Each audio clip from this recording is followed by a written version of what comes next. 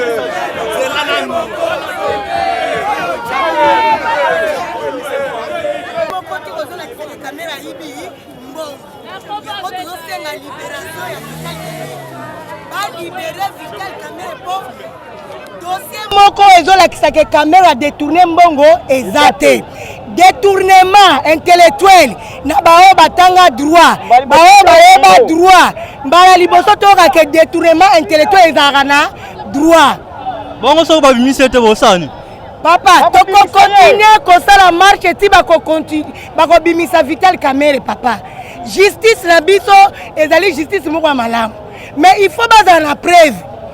Depuis procès à Vital Kamerhe bandaki, totikali komona preuve mon côté, to signature mon côté, ozo la kisake Kamerhe a détourné mbongo. Yango biso ba cadre INC, ba mama ya INC, bana ya INC, tozo sala marche ti ba ko libérer Vital Kamerhe. Ne poste la biso c'est la libération ya Vital Kamerhe. OK, ndeko otchebni na longibo. Na président national na ngai docteur honorable Vital Kamerhe yango na tie ba pembe oyo ezali signe ya paix pembe ezali signe ya paix ezali signe ya liberté ezali signe ya joie voilà un peu pourquoi na tie ba banini ba teinture oyo ya pembe nelongi parce que moi il va par rapport ya connaissance Vital Kamerhe ezani bon ndeko na ngai toza intellectuel donc nini jugement ya honorable Vital Kamerhe ezaki na pénal boyebi na pénal il faut ko lakisa batu ba preuve. Donc visiblement comme ça ba mona ba preuve ne boko lekana ko condamner mutu papa oyo to utai ko mona wana e kamusa gibiso do bazali ko luka bazo sala ba ramification do lokola ko bamba mama kama mikemke pona ba constituer infraction donc vol intelligent to éviter ce qui namboka ni ezalaka papa donc moi j'ai 52 ans donc détournement intellectuel mbala liboso na yo ka papa na ngai donc nenge to salia wa to so sengelo ko mususu te papa ce n'est pas eza menace te mais tous ceux qui ont libéré mon mboka Vital Kamerhe sa place n'est pas au CFRK place na ye sali na ba bureau VIP asala musala pour intérêt supérieur ya mboka na biso Congo point bar eloko mususu ezali tende ko journaliste. OK, merci beaucoup. Merci papa journaliste.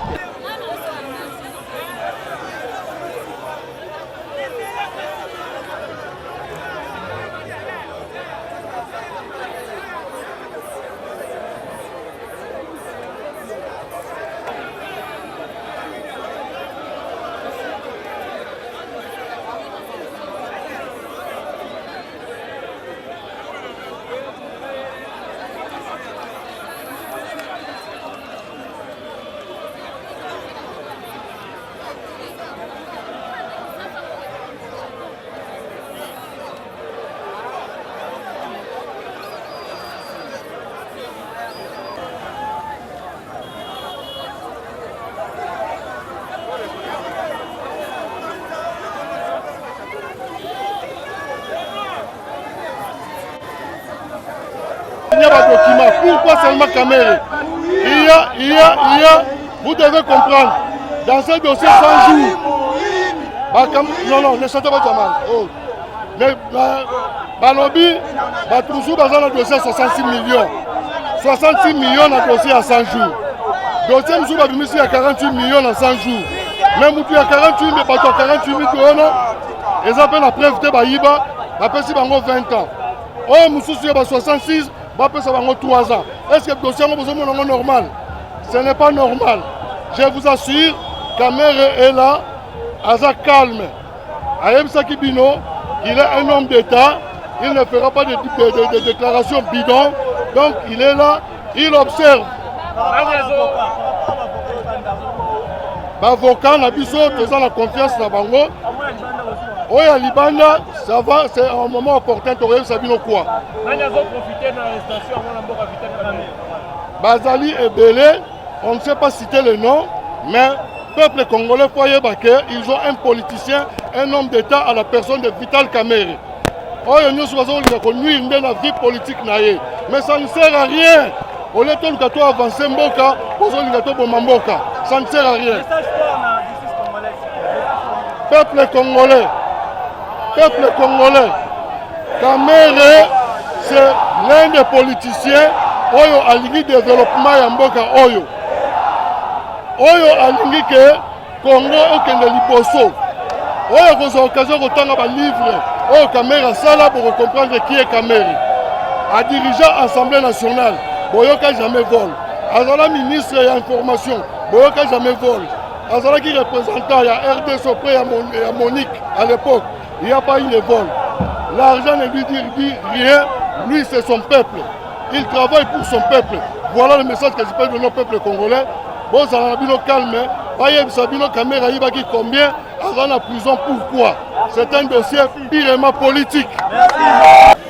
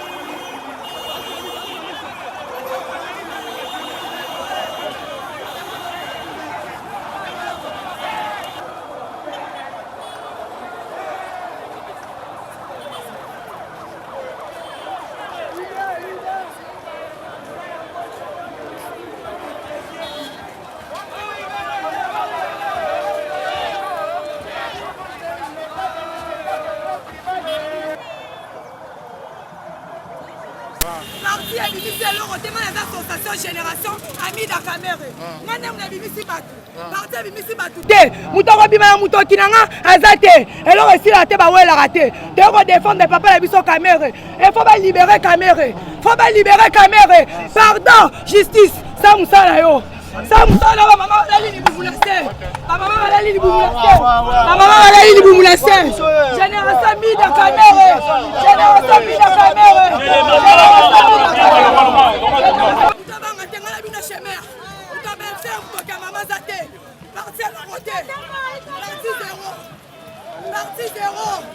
Parti mobilisation zéro. Ils sont dans libérer ma caméra. Le caméra Kobima.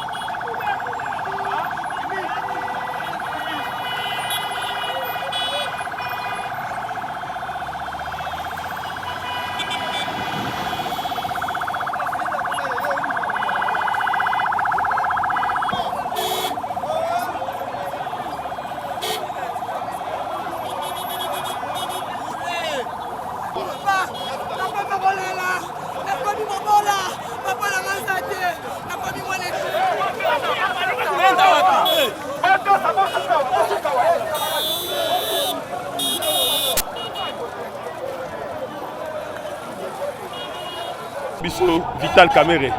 Wazali jusque-là directeur et cabinet à chef de l'État. Pendant que vous avez dit que la voie de recours, nous avons déjà épuisé, vous avez réclamé, on va vous avez dit. Ndeko, vous avez bien que tout côté ça qui recourt, on a biso poto qui est na second degré. On a nous à Sambité. Alors, na second degré, tu as dit que le juge, oh, il y a ça qui nous sala na premier degré, peut-être que ça qui a erreur. Alors, na second degré, tout ça qu'on dit qui a été moi na Mboka Vital Camere, président national à INC. À Kobima parce que Azali innocent. Azali innocent. Azali na preuve mon côté. Oyo Azali kolakisa et témoin na Mboka Vital Camere a touché même na $1 sur les 57 millions de dollars. Oyo monsieur Jamal Azwa qui peut à reconnaître que Nazwa qui 57 millions peut à reconnaître que Biloko et Azali il fallait qu'il tonga donc nazo mona ti na mon côté o bazali ko continuer ko incarcérer to ko bomba moi na Mboka Vital Camere na prison. Ndeko tozali na oyo président Fachi alobi état de droit pe aposana koyoka base parce que ye azali mutu oyo ayoka ki base banda les bandeli tango bazalaki na président Vital Camere tango babandaki ayoka ki base alors base yango na ebité base mususu so ezali base yango oyo bazali ko tambola pour ba réclamer libération ya président Vital Camere alors justice ya mboka na biso esala musala ndenge sengeli po ye moko azali ko prôner état de droit alors état de droit elingo lobaki mutu oyo preuve ezalité ba libérer ye azonga na ndako na ye yango na état de droit o biso toza ko réclamer. Merci mon ambo. Merci. Bisika va démontrer biso ba preuve capacité oyo Camere a libéré Mongo.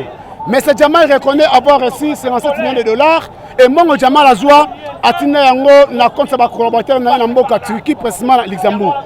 Mais quand Mwezali juge a connaît Vital Camere centre à l'inspection judiciaire atinda bazusi inspecteur bakita sur le terrain batala soirement biloko ezali oyo maison pe fabriqué mais j'ai acquis de l'air connaître ramé mais dans la matière pénale et dans danger lobaka boye il y a pas une maître sa cadavre mais muto sali crime il faut la preuve ezala mais ba preuve oyo biso quand même ba condamner ezalité yango biso INC totem na 26 provinces OK na Kananga na Katanga na Lubumbashi Mujimai na Bakongo na Équateur na Bandundu ba telemi pona ko loba non état de droit injustice non vite caméra ko la combat la police non to ko senga kaka vite caméra azala acquitté tout le monde en 1961 Lumumba a été arrêté. Il était arrêté illégalement et c'est un balabala et du mapote Lumazwa libération. Donc maintenant on a fait ici Nelson Mandela, on va gagner justement et c'est un parti politique va réclamer pour Nelson Mandela à la liberté. Yango biselo ba mama yense ba kadro yense to mina balabala pour que ça simplement akita mwana mboka vite caméra. Et il y a comme monsieur Zali mais une question. Comment vous pouvez expliquer ndeko ne mon ensemi? Je ne suis pas contre mon ensemi. Ne mon ensemi aboma ba policier avec le système d'indicat. Ne mon ensemi a ça massacre à Paris Mboka na biso. Ne mon ensemi tient en prison, baté ko sami c'est mon ensemi abimi. Mais bité caméra oya bomate. Pourquoi bité caméra za kata boloko? Place bité caméra za na boloko tie, baté bité caméra abima ko na musana ya kuta parti ne o INC.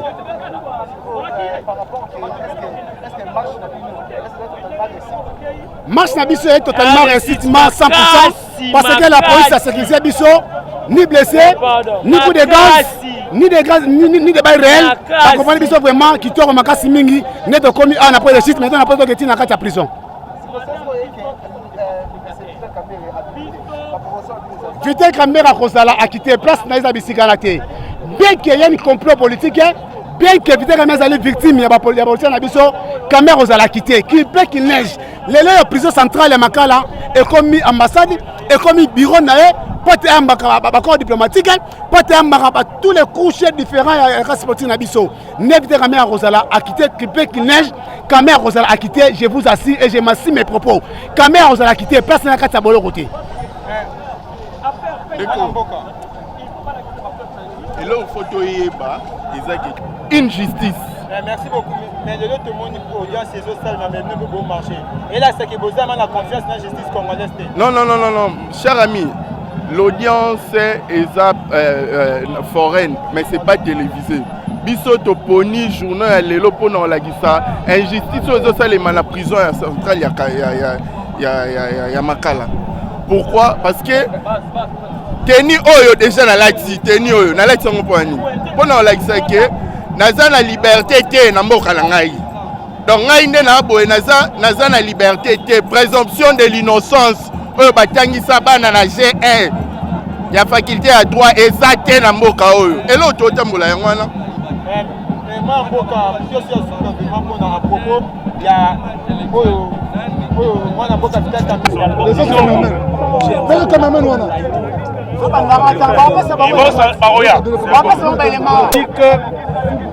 à l'occasion de la marche pacifique de l'Union pour la nation congolaise du 7 août 2020. Aujourd'hui, vendredi 7 août 2020, ça fait exactement 120 jours que le président national de l'Union pour la nation congolaise, l'honorable Vital Kamerhe, directeur de cabinet du chef de l'État, croupi à la prison de Makala après une arrestation rocambolesque. S'en est suivi un procès expéditif au cours duquel le ministère public a lamentablement échoué dans sa quête d'apporter des preuves palpables justifiant sa condamnation avec la lourde peine lui infligée. Ceci à la grande stupéfaction de l'opinion nationale tant qu'internationale. Cette consternation est d'autant plus grande à la suite du refus à 8 reprises à sa demande de liberté provisoire dont le caractère politique n'est plus à démontrer. S'oppose farouchement à la machination de l'appareil judiciaire de notre pays au profit des intérêts politiciens. Fustige une justice à 2 vitesses, car dans le même dossier, il est surprenant que certains prévenus ont bénéficié de la liberté provisoire. Demande à la Cour d'appel de Kinshasa de dire le droit et rien que le droit. Car, comme l'avait dit le roi Salomon, seule la justice élève une nation. Et cette justice doit rimer avec la vérité. Par ailleurs, l'UNC lance de nouveau un appel vibrant au président de la République, chef de l'État, autorité morale de la coalition CASH, garant de la Constitution et du bon fonctionnement des institutions, magistrat suprême, de veiller au bon fonctionnement de la justice dans notre pays et de s'impliquer personnellement pour que l'honorable Vital Kamerhe, son directeur de cabinet, puisse bénéficier d'un procès équitable. Car, comme l'avait dit Nelson Mandela, je cite, « Tant que l'injustice et les inégalités flagrantes persisteront dans le monde, nul ne peut prendre du repos. » S'inspirant de cette pensée de ce digne fils africain, l'UNC invite tous ses membres, cadres et militants, de quelque bord que ce soit, et où qu'ils se trouvent, de ne point prendre du repos jusqu'à la libération totale de son président national, l'honorable Vital Kamerhe.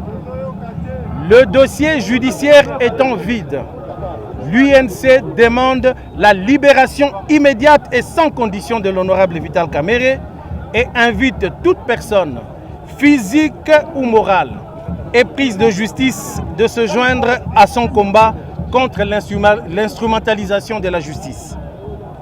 L'UNC croit fermement en l'innocence de son président national, l'honorable Vital Kamerhe, et lui réitère son soutien et attachement indéfectible.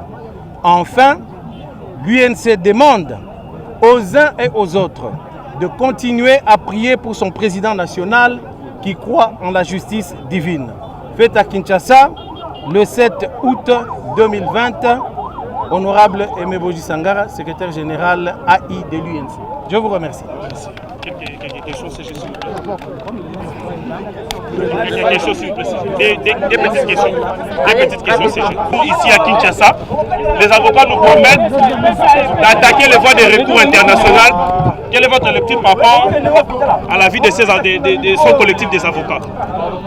D'abord, je voudrais commencer par remercier tous ceux qui nous ont accompagnés dans la marche d'aujourd'hui. Oui. Les cadres et militants de l'UNC, mais aussi les cadres et militants des autres partis. Je cite l'AFDC, dont j'ai vu un drapeau flotter parmi nous. Le procès de Vital Kamerhe a fait couler beaucoup d'encre et de salive. Nous avons tous suivi sur les chaînes de télévision la manière dont le ministère public a tenté, avec beaucoup de difficultés, de démontrer sa culpabilité. Ils n'ont pas pu le faire, cela est clair et connu de tous. Alors, la possibilité, puisque vous m'avez posé la question, de recourir à un avocat qui preste dans un autre pays est un droit garanti aux citoyens du monde. La RDC est un pays signataire de toute convention des droits humains et donc il est tout à fait normal que pour défendre les droits d'un quelconque citoyen vivant dans un pays de la planète, l'on puisse accepter qu'un avocat qui voudrait apporter son expertise pour assister à la justice de ce pays, de le faire. Donc il est tout à fait inacceptable qu'un avocat congolais d'à côté, gabonais, qui voudrait venir ici, puisse ne pas pouvoir le faire. Vous avez interjeté appel, pourquoi alors marcher? Mais j'ai bien dit ici que le procès a toutes les allures d'un procès politique. Et donc, la marche, le droit de manifester, comme on vient de le faire aujourd'hui, est garanti par notre Constitution. Et quand un peuple réclame ses droits, lui garantis par sa Constitution, je crois qu'il n'y a pas de questions à poser là-dessus. C'est ça l'état des droits pour lequel nous avons milité pendant plus de 10 années d'opposition. Et donc aujourd'hui, nous sommes d'exercer purement et simplement notre droit constitutionnel de manifester. Nous venons d'apprendre le report du procès au niveau de la Cour de cassation. Qu'est-ce que vous pouvez commenter à ce sujet, d'autant plus que la partie civile n'a pas encore été prête? On ne commande pas sur les décisions de justice, on observe, on analyse le procès. Ça sera dans 2 semaines nous allons suivre avec la même attention la suite du procès. Nous espérons, avec beaucoup de conviction, qu'au niveau de la cour d'appel, le droit sera dit et l'honorable Vital Kamerhe va regagner sa famille biologique et sa famille politique. Secrétaire général, le fait que les 65% des avocats ayant presté dans ces procès ont été promis d'indépendance, cela ne signifie pas que les procès étaient équitables ou qu'ils ont fait leur travail convenable? Je ne sais pas vous dire quel est le rapport. J'ai constaté avec tout le monde que c'est un fait assez curieux et donc l'on continue à se poser la question de savoir si ça a un lien avec le procès. Si c'est lié au procès et que cela est prouvé un jour, ce serait très condamnable et très honteux pour la République. Et après cette étape, qu'est-ce que vous comptez faire? Aujourd'hui, on marchera demain et après-demain. Merci.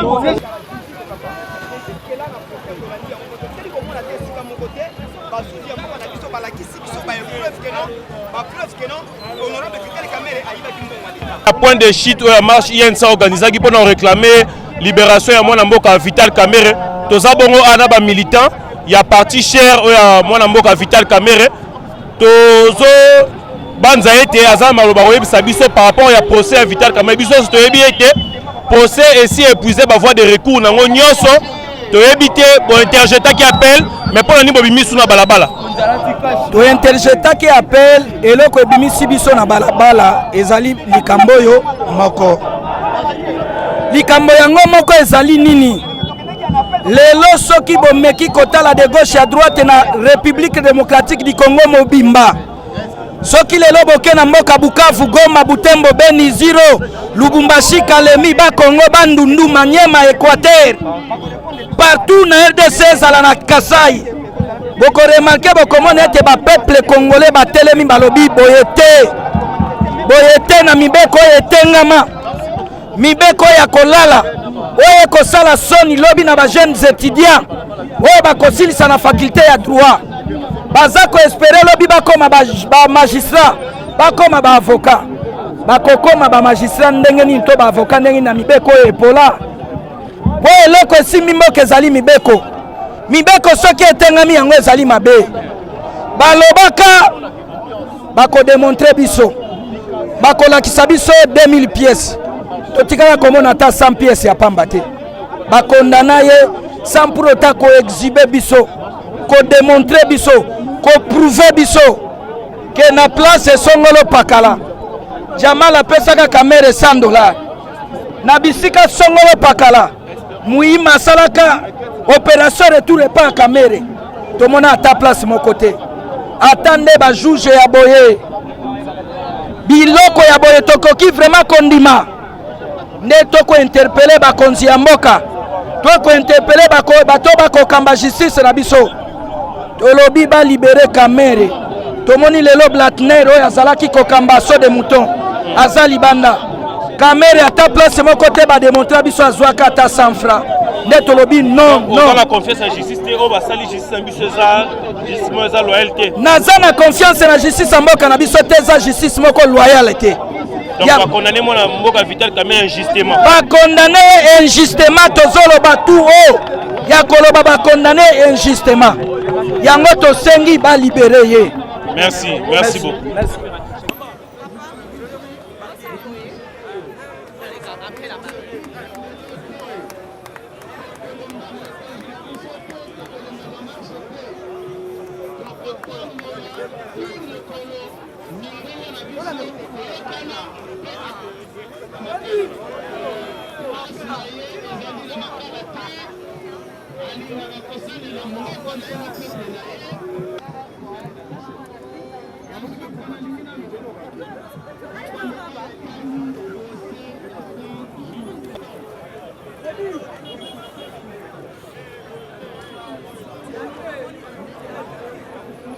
Honorable.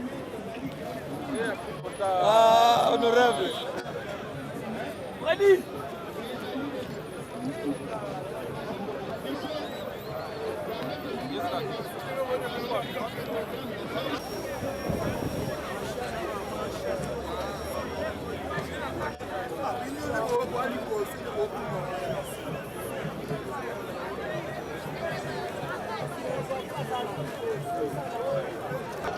Okay. et à descendre cette foule de militants et militantes dans les rues de Kinshasa? D'abord, Vital Kamerhe, parce qu'il est innocent. Les projets 100 jours, si vous suivez bien les discours du chef de l'État, le début du procès, il y a eu contrat, il y a eu exécution. Nulle part, on ne nous a pas démontré comment Vital a détourné les moyens. C'est comme ça que nous disons, justice yoka, libérer Vital Kamerhe, à sali le côté. Bangouna naye basangani basali likopa pour babo makash. Et nous disons les cash doit rester unis, un et indivisible. Et nous disons encore merci à toute la presse qui a voulu nous accompagner. Et nous réitérons notre message en tant qu'allié de l'INC que Vital Kamerhe doit sortir de la prison parce qu'il est innocent. De tout ce qui s'est passé, Vital, on ne nous a pas prouvé par le ministère public comment il a touché les deniers publics. Je peux vous donner un détail. Le magistrat qui a mis Vital Kamerhe en prison le 8 avril a dit qu'il avait des preuves tangibles de détournement des deniers publics. Chose grave, après 4 jours, le magistrat fait une réquisition au ministère du Budget, Finances et à la Banque centrale pour avoir les bons de décaissement des fonds en faveur des sociétés exécutant les travaux de 100 jours. Ce qui veut dire que les magistrats n'avaient pas les pièces et les preuves de détournement des fonds. Il a agi par ordre politique. Et la même cause qui a créé l'arrestation de Kamerhe, c'est la cause politique. Et la même cause politique, nous militons de façon que cette cause libère Vital Kamerhe de prison.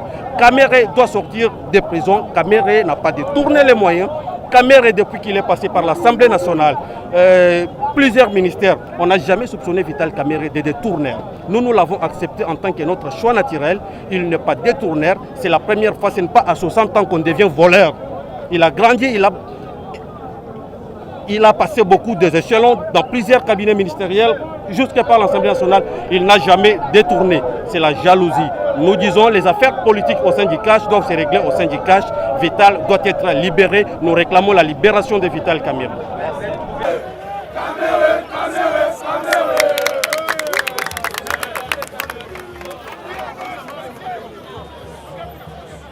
Libérez Boussefani.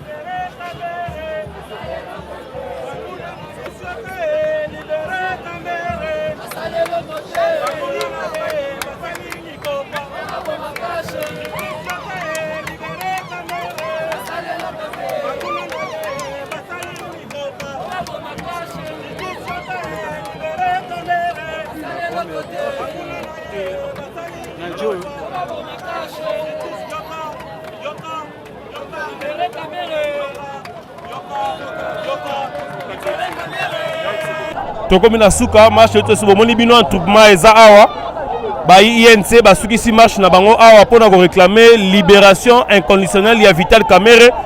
Toko vanda toko tala na mikolo ezali koya te ba soki ya solo marche yango ko aboutir, soki ya solo ba kobimisa mwana mboka Vital Kamerhe. Aussi longtemps toyebi ke ba voie de recours nyonso ya justice mboka na biso eza épuisé, mais bango ba beti sete ba sengi libération ya mwana mboka Vital Kamerhe.